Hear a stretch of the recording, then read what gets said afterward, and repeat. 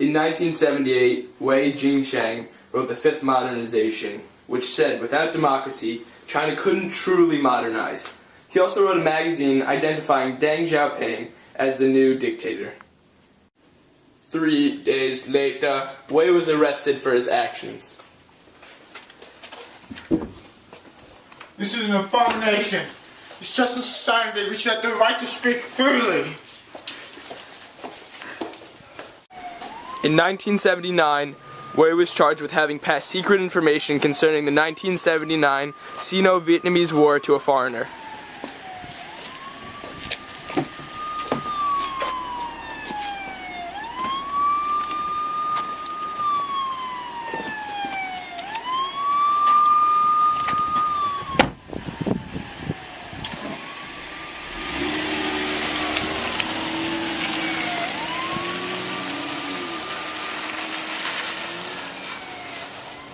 Wei spoke in his own defense.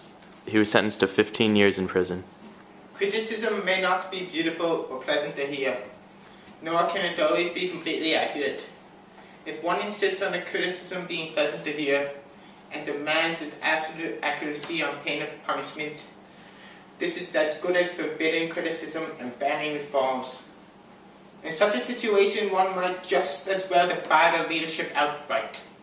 Surely we are not expected to retreat that old path of blind faith that in the leadership advocated by the Gang of Four.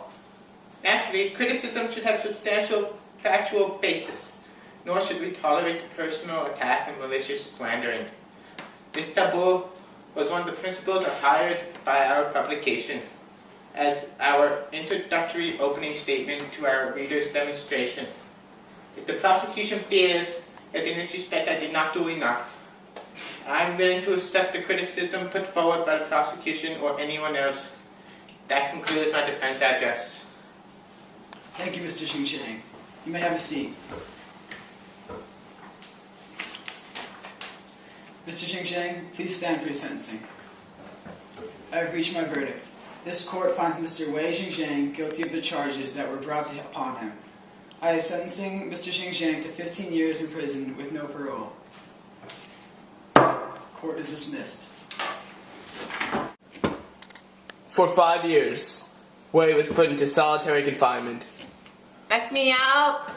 Let me out!